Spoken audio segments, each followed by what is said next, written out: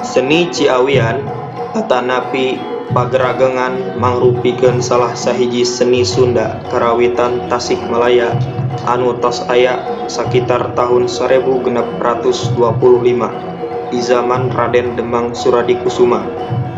Pas Ciawi masih keneh gabung sareng pamarentahan Sumedang.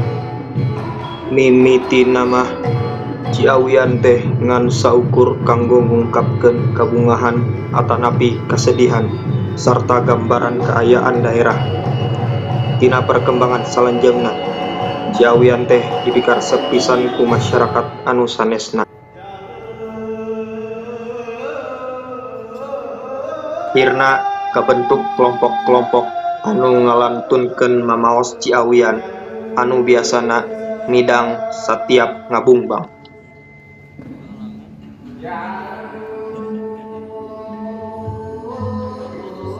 Biasana lantunan eta dikaluarkeun pas waktos ngabungbang, tapi sanes ritual.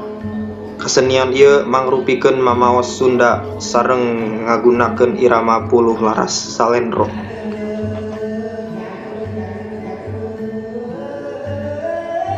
Salah sahiji lingkung seni anu masih aya nyaeta lingkung seni pageragengan Arga Gurnita. Pimpinan Ili Suhaili anu bertahan sekitar 70 tahunan.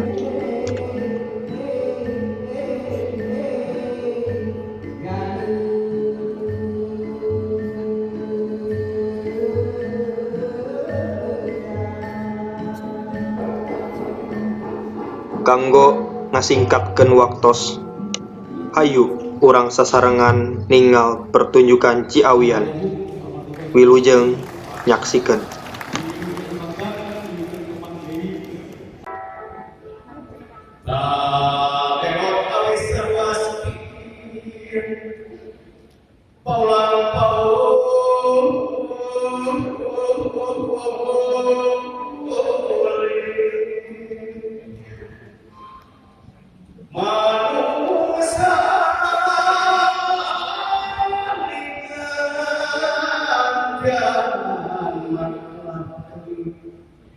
Diriku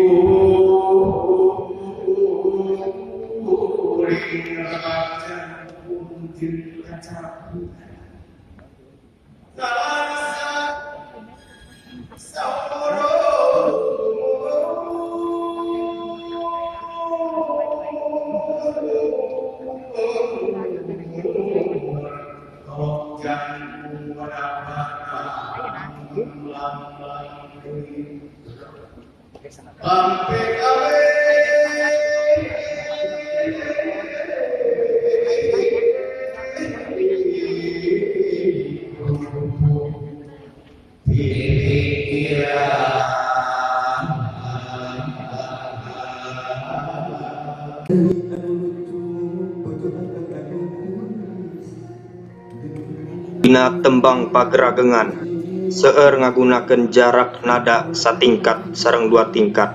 Melodi lagu anu jarakna tebih ti dua tingkat, jumlahna tebih ti 3. Benten sareng cengkok tembang laras pelog atanapi madenda anu ngagunakeun jarak nada anu tingkatna tebih.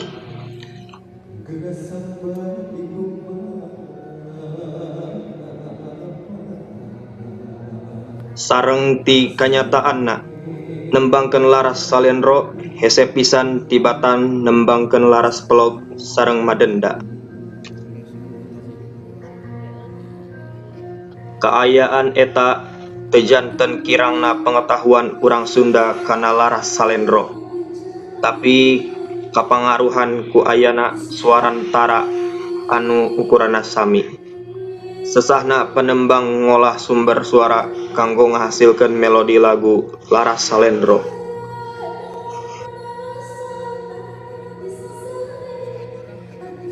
Nembangkeun melodi lagu laras salendro ku jarak nu tebih ti 3 tingkat. Lamun teu aya latihan anu serius, bakal aya akibat anu fatal. Tina penyajian tembang laras salendro, penting pisan ayana alat nu ngiringi panembang nu fungsina masihan nada sapertos kacapi, gambang, suling, sareng rebab.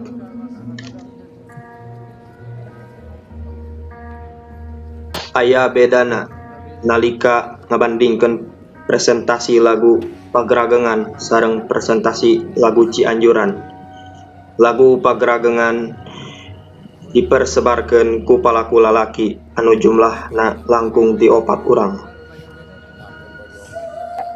Nyatana 10 taun deui pamekar tiasa ngagaduhan 8 dugi ka 10 jalma.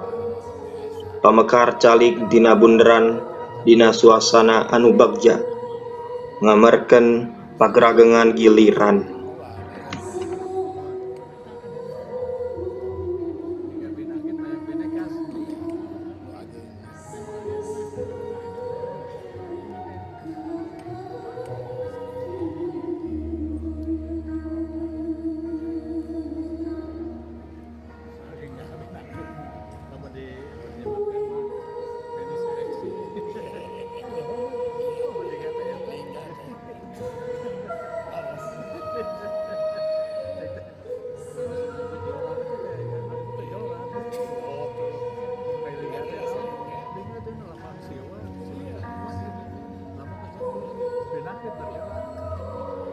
Ayana seni pageragengan ayeuna katinggalina moal aya bedana sareng seni-seni anu sanes anu laun-laun ngiles atanapi linsir ngulon.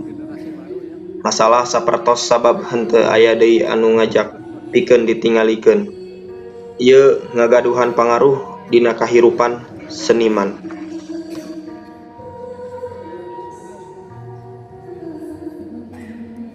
Numutkeun Profesor Ganjar, peran pemuda teh penting pisan dina hal ieu. Kumargi upami sanes aranjeunna nya saha deui. Teras anjeunna ngajak ka para kaula muda pikeun nyaksikeun acara ieu unggal bulan di Graha Sanusi Universitas Pajajaran. Anjeunna ngalah ngamotivasian generasi milenial kanggo ngalestarikeun budaya karuhun.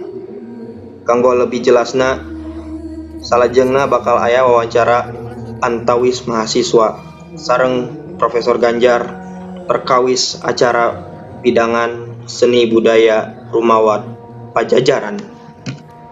Unggal sasi kan waktu lagi baca rektor mau unggal sasi kan orang jadi rektor kayak program negeri kayaknya di Kumalu Tinggi ini kan dapat peneliti ya tujuannya kayak itu kamu mulai terus orang kayak ngomongin ke masyarakat yang seni Sunda teh endah pisan di antara bisa orang ningali kabeungharan seni sora di luar kabeungharan seni sora seger kabeungharan nah deh dengan nanya ada tebari sama sasi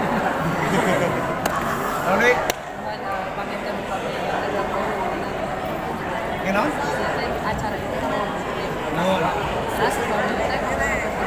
Kita agak ada tahunan baheula mah unggal bulan ayeuna kasebab ayeuna 2 bulan kapayun alaladirnya urang kira langkung 21 Februari urang ngayakeun pagelaran Apun Gencai monolog Apun Gencai ini versi bahasa Indonesia di haturanna kita lagi 2 sasi kapayun insyaallah aya pagelaran